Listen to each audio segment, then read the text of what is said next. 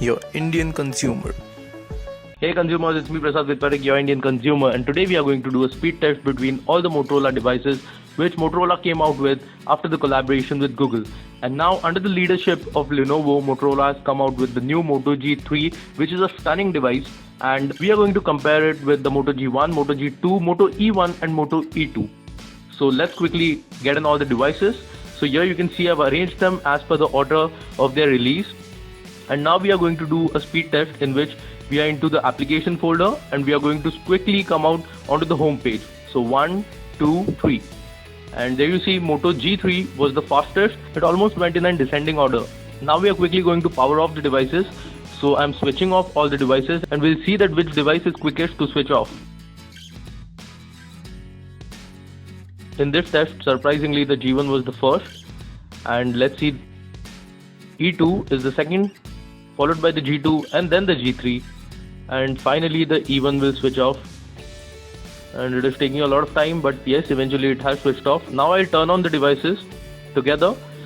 So let's see which device turns on the quickest. This test I'm completely doing in real time, so there is no fast forward or anything as such. You can calculate the seconds and that is the real time taken by all these devices to start. So Moto G3 animation was first to begin, followed by the Moto G2. And let's see which one starts first. And I feel Moto G3 will be the first to start because it has the better chipset. The GPU, the processor is better on this one.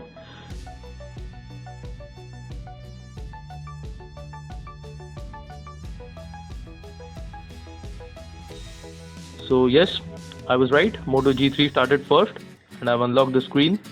And let's see which is the second contender.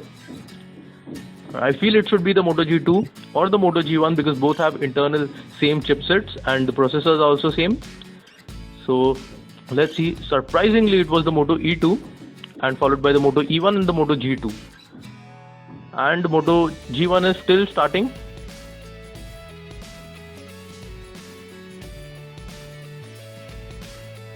And let me show you that E1 has already started. So E1 was not the last device this time. So E1 finally came onto the fourth spot.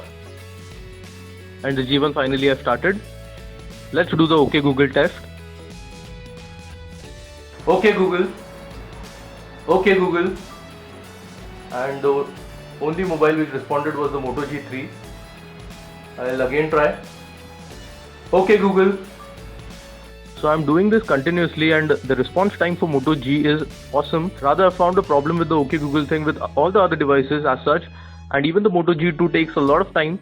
Let's quickly move on to the Ninamark score. And there you can see all the scores of the Ninamark test. And here surprisingly the Moto G2 wins. And it is almost similar to the Moto G3. Even if the GPU on the G3 is advanced, Moto G2 however takes the first place in this test. Let's do the antutu benchmark test. And I have touched the G1 there, but it takes a lot of time to start. So there it goes. It has started finally. And I'll quickly fast forward this test and you can see the test as we process. Antutu benchmark score can be really decisive as the G1 and the G2 have similar hardwares. They have completely same chipsets, the RAM is same, and even the processors, the GPU are the same. The G3 surprisingly has a completely advanced version. It has a 1.4 GHz quad-core Snapdragon 410 processor with a GPU that is Adreno 306. So I feel the G3 will be the winner in this one, a clear winner in this one, but I still doubt about the G2 and the G1. E1 and E2 of course are the lowest end devices by Motorola and they will not do that well compared to the G3, but still let's see what scores they come out with. So you can see the different time which each device is taking for the test.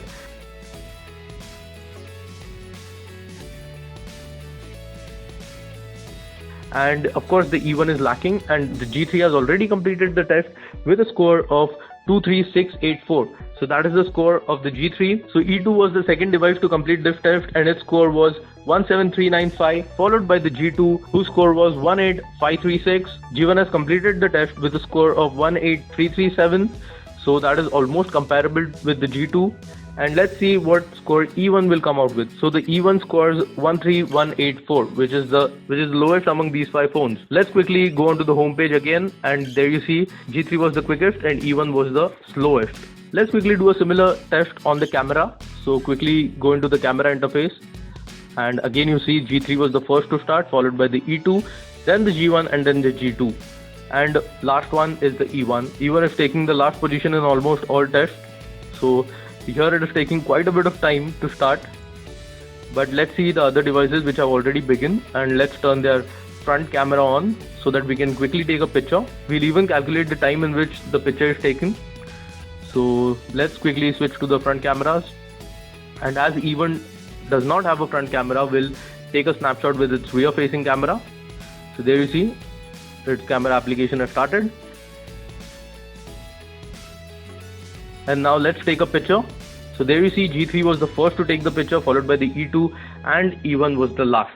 Well, that pretty much decides it all. We all knew that G3 will be the ultimate winner, but the surprising result was from E2. E2 really does perform great. G2 is also good, but compared to the G3, it does not stand a chance. So E2 and G3 are the best devices right now by Motorola in the market, and they have come a long way through to deliver us such wonderful products which are fun to operate and in day-to-day use survive with virtually no lags. Well, if you want to see videos related to the G3, I've mentioned the playlist below in the description, or here you can simply click on the screen which will redirect you to the playlist of the Moto G3. If you have liked my video, please give it a thumbs up. Do subscribe to my channel. This was Prasad with Patak, your Indian consumer, signing off. Thank you.